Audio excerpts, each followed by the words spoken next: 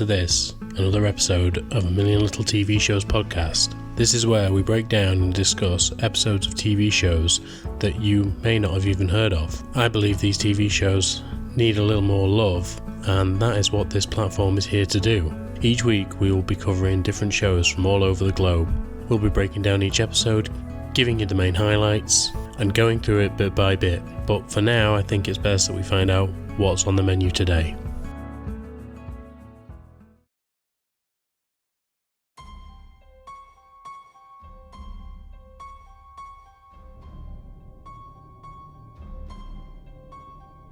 Hello there, and welcome back to this A Million Little TV Shows podcast. This is now episode 8 of season 7, and obviously we are now over halfway through season 7, and we'll be very shortly getting into season 8. But as for today, we obviously are just dealing with episode 8, and it's a one-off today. We're going to be going into a really interesting show. It's really a hard-hitting drama, and the lead actress in it is one of Britain's finest actors currently working, a woman named MacLeod, who, if you haven't seen her in anything, I'd seek her out, especially in this show. But things like This Is England, Broadchurch, Line of Duty, which she was in for the longest time. If there's any hard-hitting, incredible dramas that are out there, she is generally at the forefront of these because she's just so good at that kind of genre of acting. So today, we're going to be dealing with none of those things. We're going to be dealing with a TV show called Without Sin.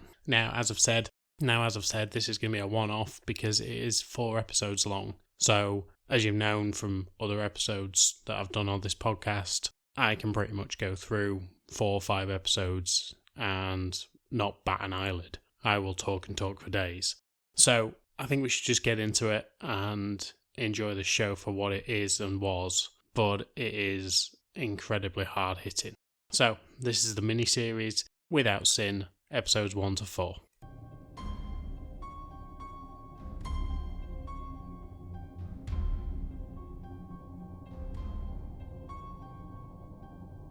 Episode 1. So we meet Stella, played by MacLeod, and she's just going about her day-to-day business. But she seems to be in a place where she's hiding from what she should actually be doing. She works as sort of an Uber driver or just a taxi driver. And as she's driving around her local town, picking people up, dropping people off, she is avoiding whatever it is that has happened to her. But she also seems quite a tough nut. In fact, in one scene, we see her kick a guy out of her car because he's getting too handsy with the girl that he's in the back with. And this girl is now uncomfortable. So she just kicked him out. She then speaks to her ex, Paul, who tells her that something is ready and tells her that she needs to come over. When she does, they end up listening to this tape, which is a confession of this guy, a man named Charles Stone, and he confesses to the murder of her child and asks if she would like more information as to why it happened, what happened. And the scheme that he's joined is sort of a rehabilitation program where the people who have been affected by the crimes that have been committed against them can go up against the person that perpetrated them against them. And they can get some sort of closure, or they can understand more of the issues that's been going on. However, when Paul and Stella actually listen to this, the emotion overcomes them and they just need to feel something. And right there and then in the kitchen, Paul and Stella end up having sex. You can see whatever it was between these two has not gone, but it was taken from them, really, by this other man, this Charles Stone. And sometimes in that situation where you are grieving and you don't know what to do anymore, you just need that person, someone there to hold you, to even have sex with. It's happened to me on a few occasions where you get into a situation and end up sleeping with people because it's comforting. It's having someone there with you. But after Stella and Paul are done, Paul's girlfriend turns up. It seems whatever the relationship was between Paul and Stella has been gone for quite a while, because Paul and his girlfriend are now living together. Stella leaves and heads off to a party the next night. While she's there, however, she sees Paul hanging around outside, goes out to meet him, and he tells her 2 things. 1, the other night shouldn't have happened, and my girlfriend is now pregnant, and we've been trying for a while. But he also asks her if she's taken the morning after pill, because obviously him having 2 babies on the way isn't going to look good and he's going to lose everyone. She can't believe it and just bats him away and just says, yeah, of course I've taken it. And instantly after Paul leaves, she decides to arrange a visitation with Charles Stone. Although she didn't want to meet him at first, now that she knows her and Paul aren't in this together anymore, she wants to go and get that closure. She wants to meet the man who killed her daughter. She heads over to the prison and meets with Charles. During this meeting, however, he confesses that he didn't do anything. He didn't kill her daughter. But now another girl, Cleo Dale, has actually gone missing. And Charles believes that she has been taken by the same people that murdered Stella's daughter. And as he's dragged away back to his cell, he's screaming at her, telling her that she needs to help him. She needs to look into this. Whoever they are, they've got Cleo. Stella tries to get this out of her head over the next couple of days, but she ends up Google searching Cleo Dale and finds out that she has gone missing. And not only that, Stella's mother actually tells her she knew Cleo. And not only did she know Cleo, but Stella's daughter knew Cleo as well. And so things are starting to add up a little bit more. We see the night of what happened when Charles was actually caught in the act when it came to Stella's daughter. Stella came home drunk from a party, found the door off the hinges, and found some drawers open in the house. When she walked through to the next room, she found Charles stood over her daughter's body, with her head bleeding out. Quickly, Charles ran away, and Stella tried to embrace her daughter. Charles's story, however, differs from that. He broke in, trying to find keys to an expensive car outside, because he knew that he could sell that car. However, when he broke in, he found Stella's daughter dead on the floor, and it was at this point that he didn't know what to do, until Stella turned up. And so now, having that memory, Stella decides she needs to know what the hell went on, and goes back to the prison to visit Charles Stone to find out what he knows about Cleo's disappearance and her daughter's death.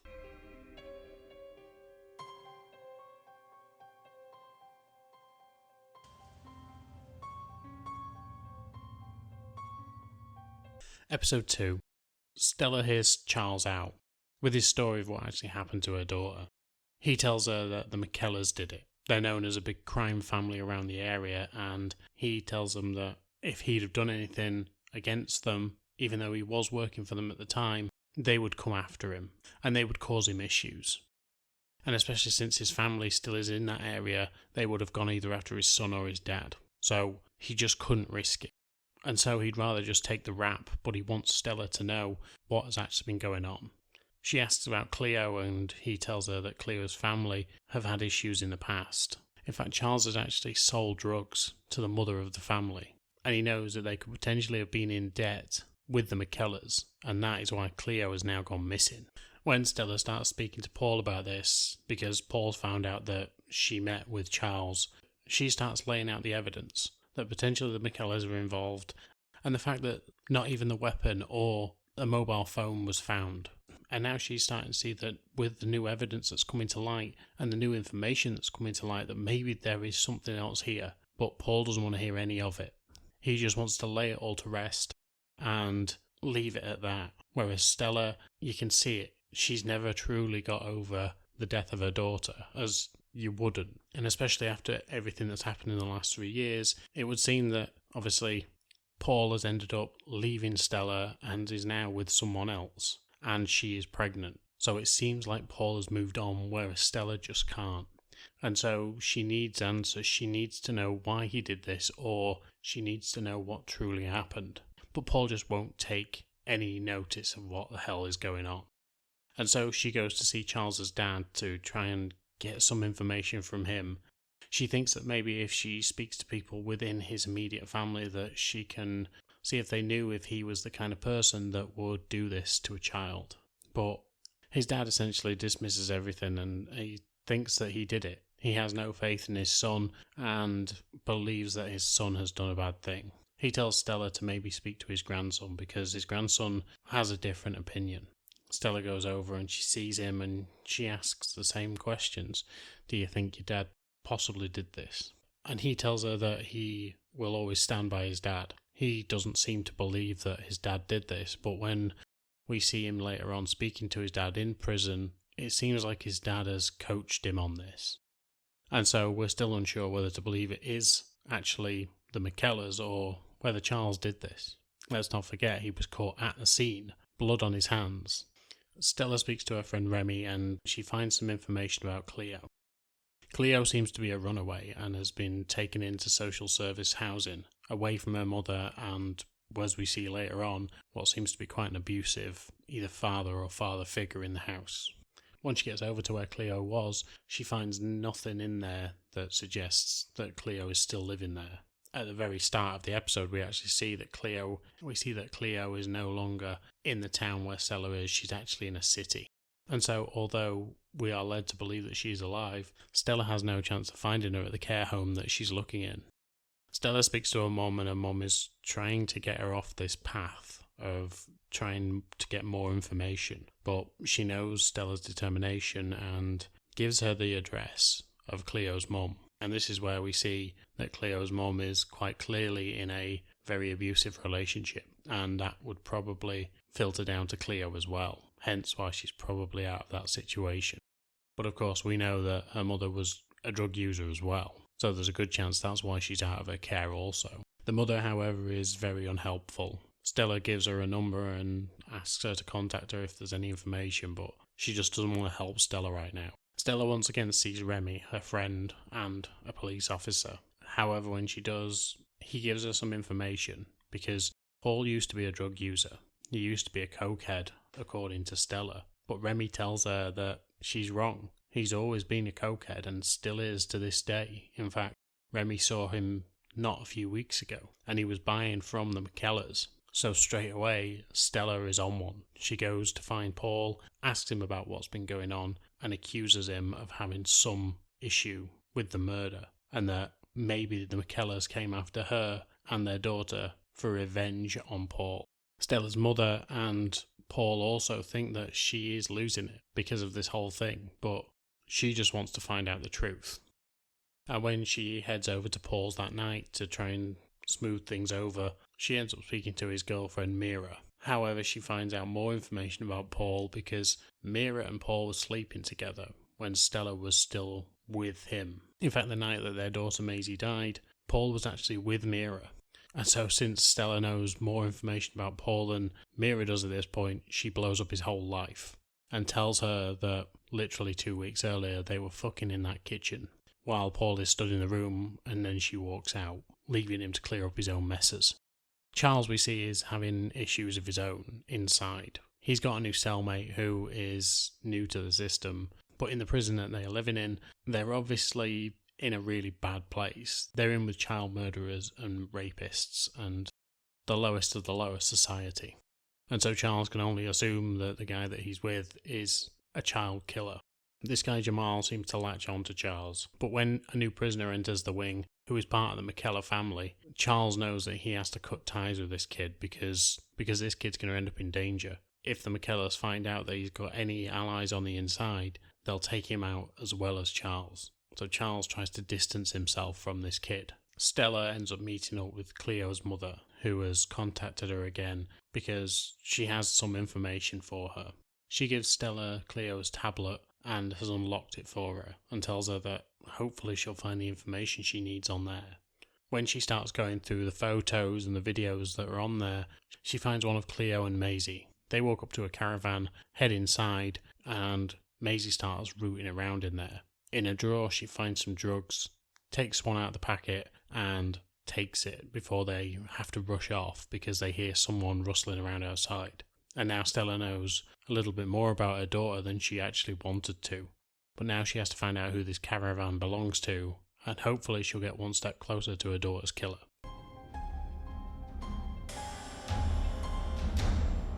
Episode 3. So since finding out about this caravan, Stella knows exactly where it is, and heads over there. However, it is attached to a farm where the girls used to go horseback riding, because Maisie and Cleo were friends. Once she gets out there, however, the man who actually owns the farm comes and finds her in the caravan, and it turns out that this man is actually dating her mother at this point. Stella has found drug paraphernalia in the actual caravan, but has found no drugs. And then she finds out that this was a cash point for the McKellars, and so they were coming out here whenever they needed to deal. And it seems that they were dealing on a regular basis to children, or to teenagers at least. Obviously, when it is your child and their friends, you are always going to call them children, but they were teens at this point. Not that that's any excuse. However, when she confronts her mother about this, because her mother was down at the farm as well, her mother essentially just backs the man that she's dating instead of being there for her daughter. She said that she had nothing to do with it and that her boyfriend had nothing to do with it either. And so Stella knows that she's on her own. And so Stella speaks to Charles and asks whether he had any involvement with the stables down at the farm. He denies any involvement in any of that, and she tells him why she was down there. They begin to start discussing about what happened the night of Maisie's murder, and Charles tells her that on that very night he was sent to their home to go and steal this car that they had. But once he got there, obviously having to break in and finding her body, he realised that he'd been fitted up for this, and that it was the McKellars who sent him there, and it was the McKellars who knew that there was a body in there, and they just pinned it on him because he was easy prey. But he tells her that there's going to be no trace because there's going to be no paper trail whatsoever. Even the phones that they use are burner phones. Charles asks her if Maisie ever got into trouble previously, but she tells him no, I'd have known about it. But he asks she didn't know about Cleo, and Stella's really starting to reassess how well she actually knew her daughter once she'd got into her teen years.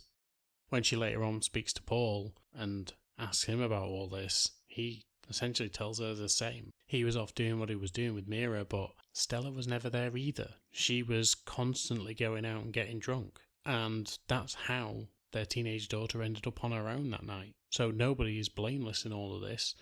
They all had their own issues to deal with, and Maisie ended up being a result of all those issues combined. Before she leaves, he tells her that he has a phone inside and that he will be able to contact her if she needs him. He hands over the number and leaves and goes back to his cell. Stella heads over to her mother's, but when she gets there, she finds her mother's boyfriend there as well. He tells her that he has to come clean about some things because on the farm that he's working on, he has had people turning up, and he did catch some people one night. He thought they might be dealing drugs, but he did find the drug paraphernalia in the caravan. The very next day, however, he got a payment off a man named Roman McKellar, who is the patriarch of the McKellar family, and it was a hush payment. It was for him to keep his mouth closed so that they could continue doing what they did. It's here for the first time that her mother actually finds out all the information about her boyfriend. And finally, this is the thing that puts the final nail in their coffin, because she stood by him previously saying he had nothing to do with this up against her daughter, and now she's been proven wrong, and she needs to start realising and that Stella is actually talking sense, even though sometimes it doesn't seem that way. When she heads over to Paul's, and obviously he gives her the speech about how they missed everything that was going on with their daughter, they actually find a photo in her room which says, "To my Misty." And it turns out that Maisie, even though she was only 14, was doing drugs and potentially having sex. And they don't know how they could have missed any of this. But when Paul lays it out that they both had their own problems to deal with, they just weren't working as a unit, and that is how they ended up fucking this up so much. Stella knows that she has to find out who this boyfriend was and who was the one who potentially killed their daughter, or at least is in the frame for it now.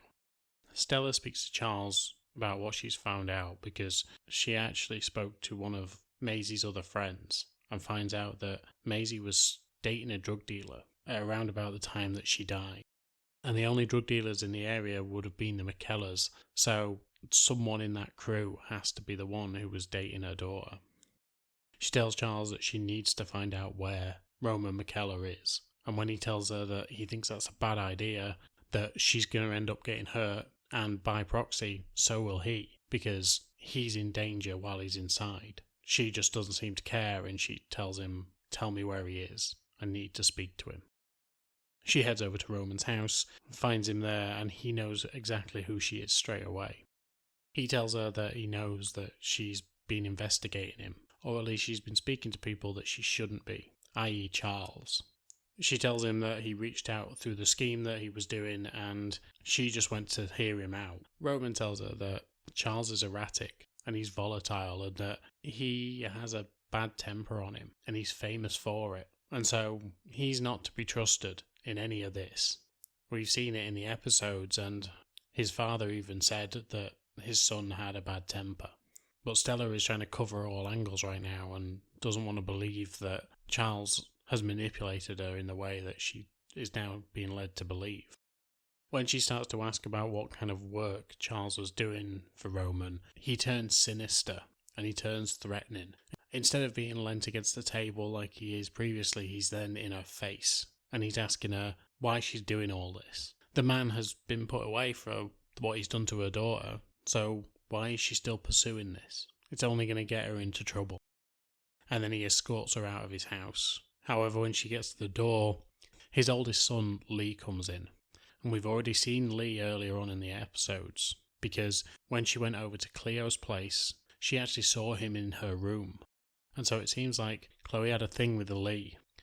And of course, from that interaction, Lee recognises her as well. And after what her friend said about the drug dealer, it would stand to reason that maybe Lee, who is Roman's son, is a drug dealer.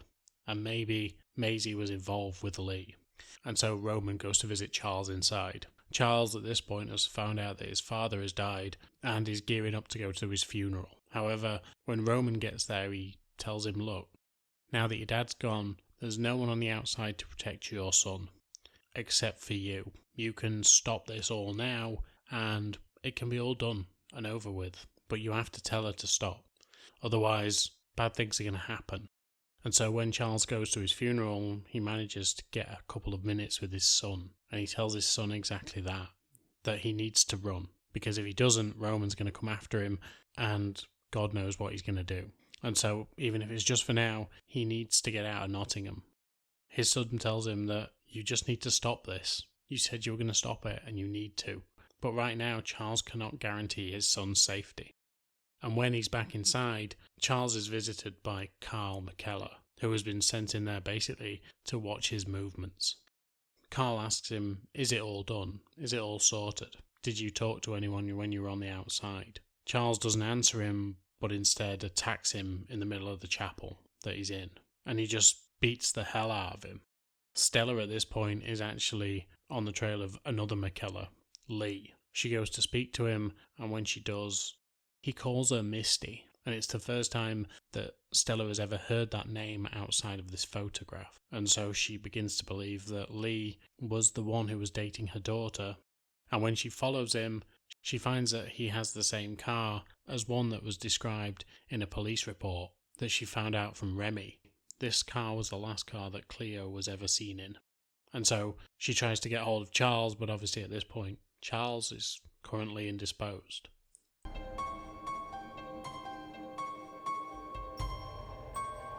And so, I've said this quite a few times this season, but I suppose when you're doing a million little TV shows, you end up having quite a lot of endings.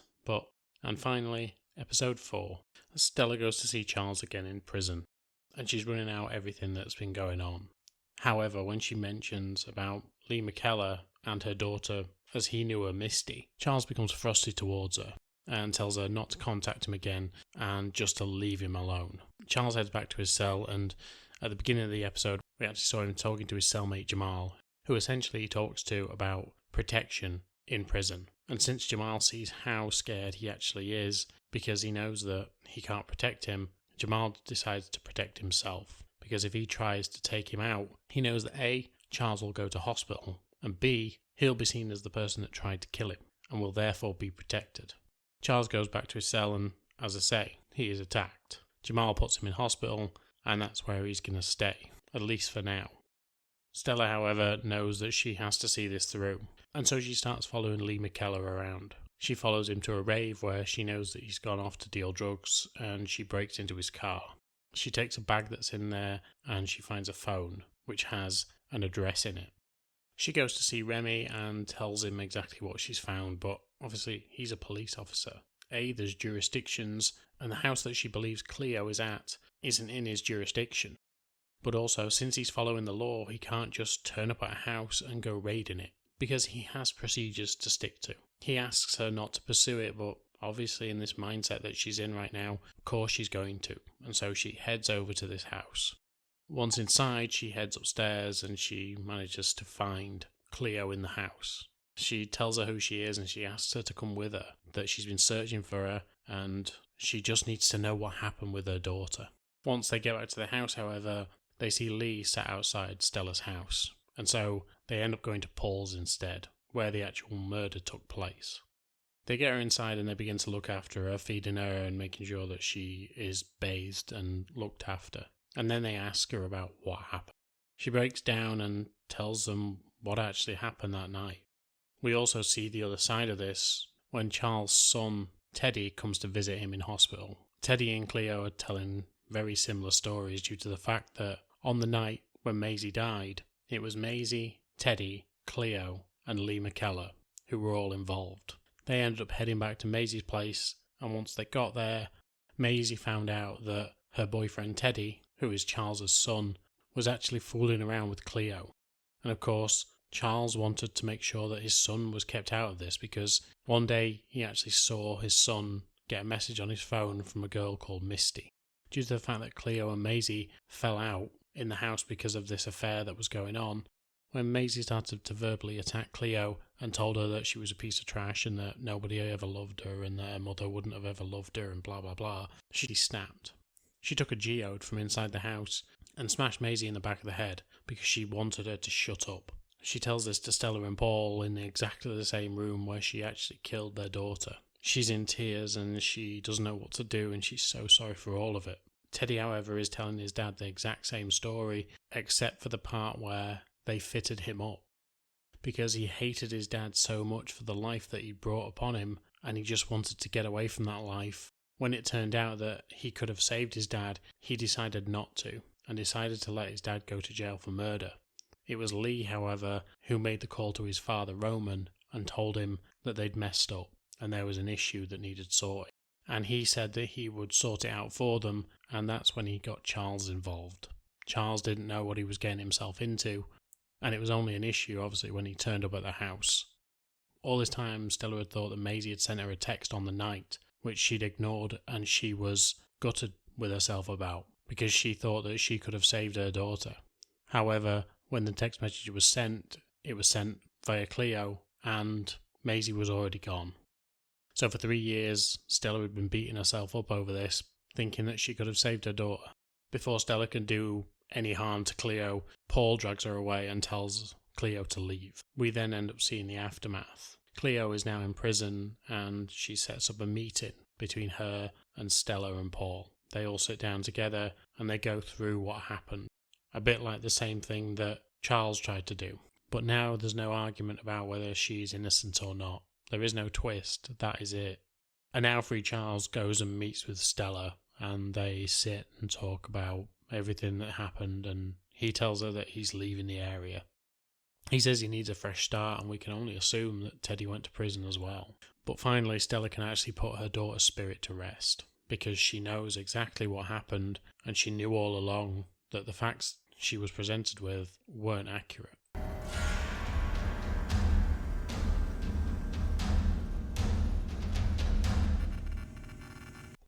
So, what to make of this show? Fucking hell. Vicky McClure is excellent in pretty much anything that she does. I don't think I've seen a bad performance from her. It's not like I go seeking her out, but every time I watch her, she's, well, it's a bit of a pun, she's Stella. And this was brilliant. Such a good show, such an interesting show. I mean, yeah, okay, the twist was probably inevitable. She's searching for the girl that killed her daughter, even though she doesn't know that she killed her daughter, and yeah, okay, I get it. But the fact that the father was fitted up by the son, that was a shock. That really was a shock, because we never saw any signs that he was previously in that life, that he was a drug dealer or anything like that. So it was a very interesting move to make. As for Jamal, from the moment he walked into that cell, I was literally going, he's going to stab him, he's going to do something to him, he's going to injure this guy. And he inevitably did, but it was for a different reason. I genuinely kept thinking, this guy's an insider, this guy's going to be part of their crew or whatever. So I was pleasantly surprised by that as well. Now, there were a few issues with this. Like I've said, the character of Stella was like an Uber driver, which was a problem whenever she was going anywhere, because she always turned up in a car with a big taxi light on it and a big sign on the side that basically said that she was an Uber driver, or this show's version of an Uber driver. And the scene it looked most ridiculous in was the one where Lee was there and he was dealing the drugs, because she breaks into Lee's car and then gets in her own car. And instead of just driving away, she sits and waits till he's near enough close and then drives off. And she's got the taxi light on top, and she's got the banners on the side that say that she is a taxi driver. And literally all Lee had to do was jump in his car and follow her, and he'd have found her, because she's obvious. And then when he turned up at her house and he was sat waiting for her and she drives past her own street, he didn't notice. He didn't notice the big taxi coming towards him, the taxi that he's looking out for. So there were some ridiculous parts in this, but overall it was brilliant, really well done, and an incredible watch. That's why I bring these types of shows to this podcast, because I think shows like this make TV worth watching.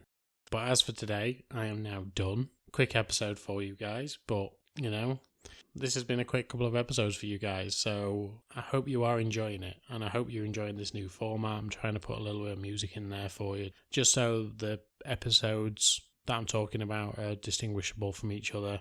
But I really hope you're enjoying the show, and I hope you do come over to Patreon as well, because I'm enjoying that as well. But as for today, I'm done. I will be going back to Night Sleeper next for episode 9, and then 10 and 12 are going to be a program called Northern Lights, which is a very recent Irish/Netherlands program. And then on 11 and 13, I'm going to be covering a Netflix show called The Baby, which is a horror show. And one is very emotional and the other is very fun. So I'm going to enjoy watching both of them. But I'm done for today, so thank you very much for listening. I hope to see you over on Patreon.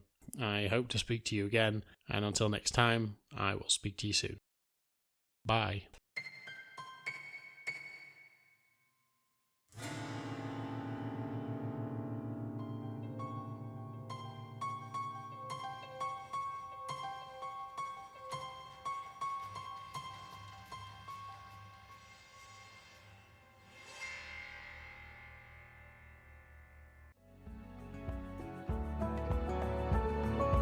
And that is it for now, amigos. And yes, I am as angry as you are at me for that sentence, but I hope you enjoyed the show and had some fun along the way. It means a lot that you are listening and supporting me. This is an independent podcast after all, and doesn't get a lot of backing, so it is great to know that you're out there, you're listening. And if you want to come talk to me on any of the platforms I'm on, just come say hi. I'm on Instagram, I'm on Twitter, and I'm even a little bit on TikTok. I don't post that much, but I'm on there. And you can also drop comments in the comment sections on any of the platforms: Spotify, Apple Podcasts, Podbean, wherever you get podcasts from. But as always, thank you for your time, and I will speak to you soon.